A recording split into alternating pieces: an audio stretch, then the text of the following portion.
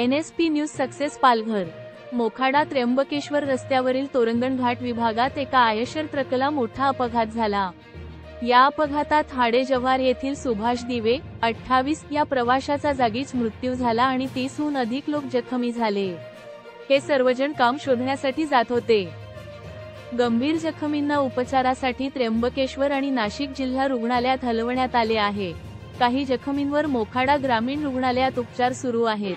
त्यापैकी काहींची प्रकृती गंभीर असल्याचे सांगितले जात आहे, तर काहींना मोठ्या प्रमाणात जखमा झाल्याचे दिसून येत आहे। सर्व जखमींची नावे अद्याप समजली नसली तरी मोखाडा ग्रामीण रुग्णालयात मोठी गर्दी होती।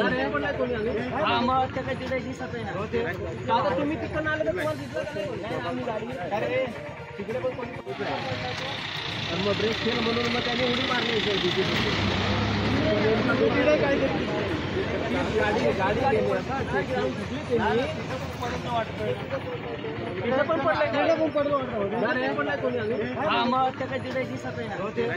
तुम्ही तिकडून आले तर तुम्हाला दिसलं का?